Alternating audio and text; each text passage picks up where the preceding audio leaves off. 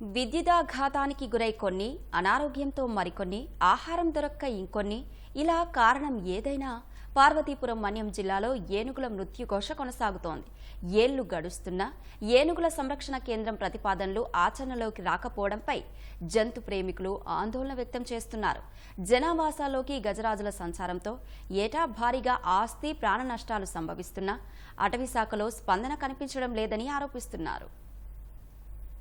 ఒడిశా నుంచి సరిహద్దులోని పార్వతీపురం మన్యం జిల్లాలోకి ప్రవేశించిన ఏనుగులు జిల్లాలోని భామిని, సీతంపేట, జియమ్మ వలస, కొమరాడ తదితర మండలాల్లో సంచరిస్తున్నాయి. వాటికి అవసరమైన ఆహారం, నీరు జిల్లాలో పుష్కలంగా లభిస్తుండటంతో ఇక్కడే తిష్టవేశాయి. అయితే ఏనుగుల సంరక్షణకు సరైన చర్యలు చేపట్టకపోవడం, ఇంకా ఇతర కారణాలతో గజరాజులు వరుసగా మృత్యువాత పడుతున్నాయి. విద్యుదాఘాతం, అనారోగ్యం, ఇతర కారణాలతో ఇప్పటివరకు 10 ఏనుగులు మరణించాయి. అవి సంచరిస్తున్న ప్రాంతాల్లో మనుషులు, మూగజీవాల ప్రాణాలు సైతం గాల్లో కలిసిపోతున్నాయి.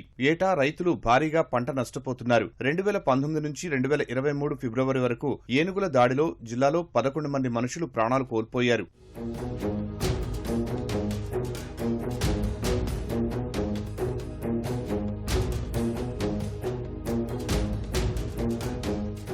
మన్యం జిల్లాలో ఏనుగుల రక్షణ అటవీ సిబ్బందికి తలకు మించిన భారంగా మారుతోంది. గజరాజులు నాగావళి నది దాటి జియమ్మ వలసకు అరగంటలో చేరుకుంటున్నాయి. అదే ప్రాంతానికి పార్వతీపురం మీదుగా చేరుకునేందుకు అటవీ సిబ్బంది 40 కిలోమీటర్లు తిరిగి రావాల్సి వస్తోంది. జోగంపేట వద్ద ఏనుగుల సంరక్షణ ప్రాంతానికి సన్నాహాలు చేసినా అది కార్యరూపం దాల్చలేదు. నేను జాయిన్ అయిన స్టార్టింగ్ లోనే ఇక్కడ ఏనుగుల సమస్య గురించి చాలా విషయాలు తెలిసింది. ఇవి కంప్లీట్ రెవెన్యూ ఏరియాస్ లో ఉంటుంది, ఫారెస్ట్ ఏరియాస్ లో ఇక్కడ అవి సంచారం చేయట్లేదు.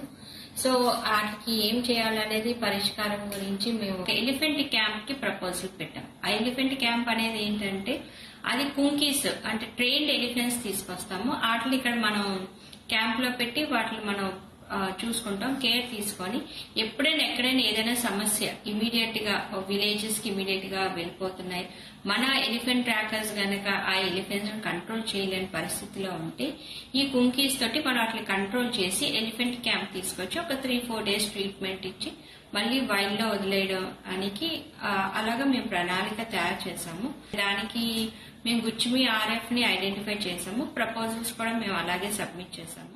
అటవీ ప్రాంతాలను దాటి గజరాజులు మైదాన ప్రాంతాల్లోకి వస్తుండటంతో ప్రజలకు కంటి మీద కునుకు ఉండటం లేదు. ఆహారం, నీటి కోసం జనావాసాల్లోకి వస్తున్న ఏనుగులు పంటలకు నష్టం కలిగిస్తున్నాయి. ఏళ్ల తరబడి ఈ సమస్య వేధిస్తోన్నా పరిష్కార మార్గం లభించడం లేదని, ఏనుగుల జోన్ ఏర్పాటు ప్రతిపాదనలు కాగితాలకే పరిమితమవుతున్నాయని జిల్లావాసులు ఆందోళన వ్యక్తం చేస్తున్నారు. పార్వతీపురం మన్యం జిల్లాలో కురుపాం నియోజకవర్గంలో ప్రధానంగా ఏనుగు సమస్య అనేది ఉంది. గత ప్రభుత్వాలు గానీ, జిల్లా అధికార యంత్రాంగం గానీ, ఫారెస్ట్ అధికారులు గానీ సమస్య పరిష్కారానికి కృషి చేయలేదు. ఇప్పటికే 8 ఏనుగులు చనిపోయిన పరిస్థితి.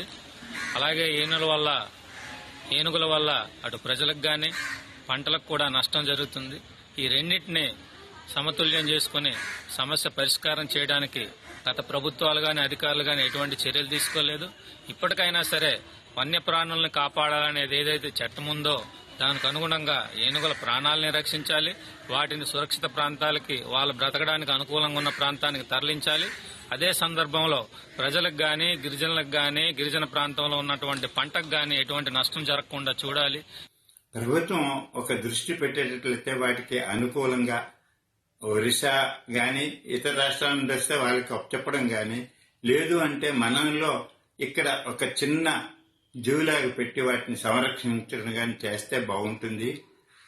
మూగ జీవుల్ని చంపేస్తున్నాం మనం, అవి మన వల్లే చనిపోతున్నాయి.